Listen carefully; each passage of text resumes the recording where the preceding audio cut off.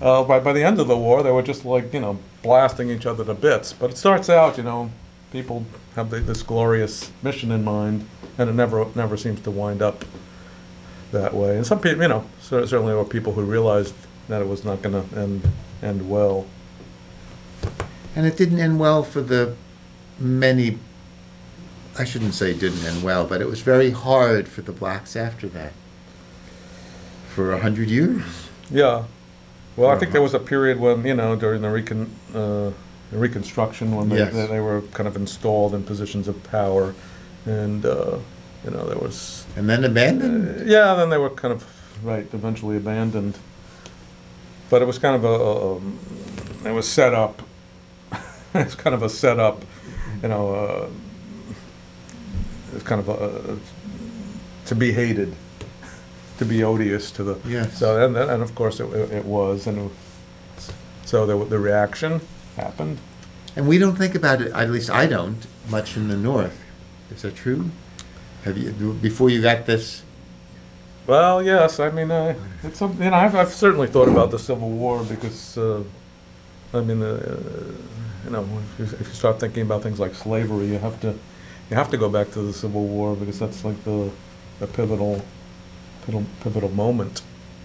At the end, yes. Yeah, I mean that's 3 years into kind it. of launched us from, one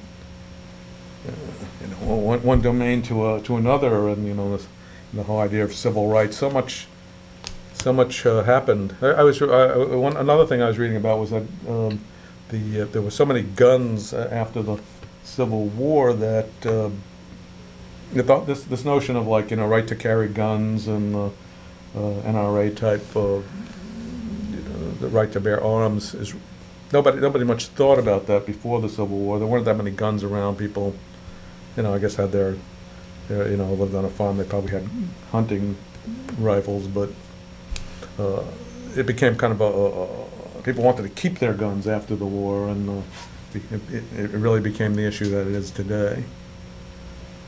And so many things happened. I mean, these ideas of civil rights, even corporations date back to some of the work that had to be done during the Civil War. A lot of construction. So, and then the whole kind of militarism that projected itself into the West, the conquest of the West that occurred after the war, and the subjugation of Indians and control of that territory. The same cavalry that fought in the Civil War. Then, okay, what are we going to do? Keep the mission going. And so, what does writing the song do for you? Or no, and what is it? Both writing and singing it. Oh, that's a really good question. Writing it was interesting. I just kind of allowed me to take a flood of images and to pick the ones that I felt were the most powerful for me, and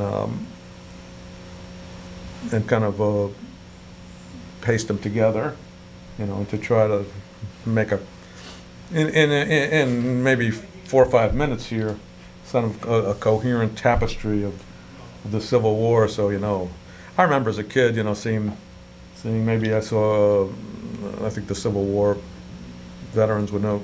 There are probably a few still alive, but at that time they were probably 100 years old. But I remember seeing footage of the old men walking around, and they had their white hair. So that was an image. The what I knew about Abe Lincoln, and Abe Lincoln went in a way it was an anomaly as a president because he was born from very humble origins. It was kind of the what we like to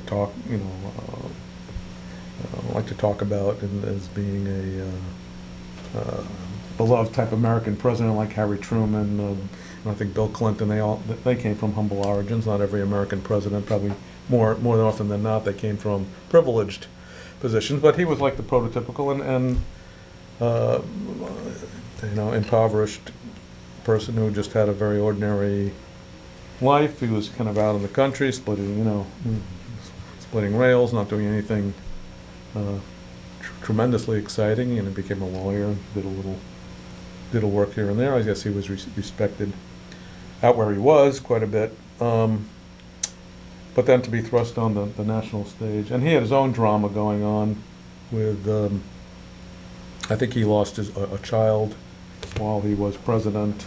And so he, you know, and his wife was kind of like a bit unstable, as I understand. So he, you know, he had a domestic life of his own, you know, that was not very supportive. Plus, the war must have been tremendously demanding on him. So he was, you know, he was a beleaguered presence, and somehow, you know, rose to the occasion. And then, you know, just all the, you know, the Matthew Brady images and other photographs that I remembered seeing. You see these horrible battlefields that are just, you know, literally just, you know, blasted to rubble, and men lying just strewn all over the fields. You know, it's a horrible thing to have to look at. And singing the song, which you've done a few times now, yes. Well, I like, you know, singing as something, I find a certain amount of like release in being able to sing this and describe this. I think maybe the message is, you know, before going to, you know, everybody wants to go off to war and, you know, yeah, rah, rah, rah. And to really think of what, you know, if you're in a real war, what a horror it is, you know, it's nothing to be desired, which is my, you know, generally my position. Not that I say war should never, ever happen. I'm not a total pacifist, but you know, I think people, I think that, you know, restraint is, a large amount of restraint is proper. And you know, people get offended by this or that, you know, Libya, should we go into Libya now because Gaddafi is killing, you know, and you want to say, gee, you want to save these people, but, you know, and that's valid, but do you really want to get involved in a war over it? It's a tough moral decision. I was just reading on Al Jazeera. They have a site in English now on the web. Uh-huh. And they said, isn't it interesting that we're interested in going into Libya, but what's happening in the what used to be called the Ivory Coast, the Côte d'Ivoire, I think is its French name. Mm-hmm. There's equal civil unrest. Yeah, and Somalia, and I mean, uncivil. Just, you know, we can't. I mean, can't be on the side of the good guys. Unfortunately, well, you can probably do certain things politically, and you know, put pressure. You can freeze assets like we've done. Yes. But whether you want to actually start shooting bullets, that's a hard choice. It's a heavy choice. I mean, I know little about it. It seemed to have worked in Bosnia. That it helped. Right. Yeah, and there were atrocities being committed there. And, I mean, Libya, it's kind of an interesting situation. I mean, I'm not a military person. It would seem to me that we could have established, I didn't understand Gates when he said that when we establish a no-fly zone, that means we have to bomb all their planes and destroy them. I just don't see why we can't say there's a no-fly zone. We'll shoot down any planes or helicopters we see in the air. Keep your planes on the ground if you don't want them shot down. We don't have to actually attack anything on the ground, but he seemed to, I mean, he seemed to think that if there's a no-fly zone, we have to take out their Air Force right away.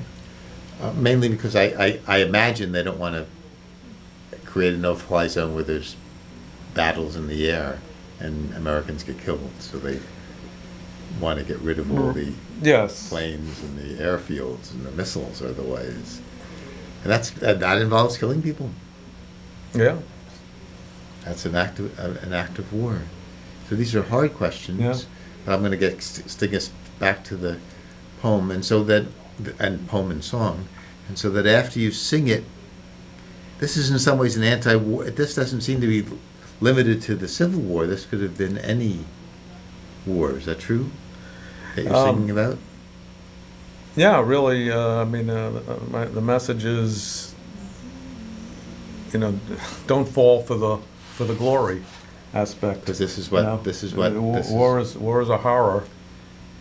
And it seems like you enjoy singing that, getting some of. Well, it's an important message because To- you certainly to- hear the other message. And to feel how bad it is. And you see the movies like just bat people over the head continuously about, you know, the Rambos and, you know, people just go off and they kill everybody. You know, one person like we just finished. Ah, oh okay.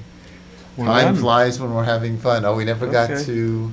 That's okay. We never got to the second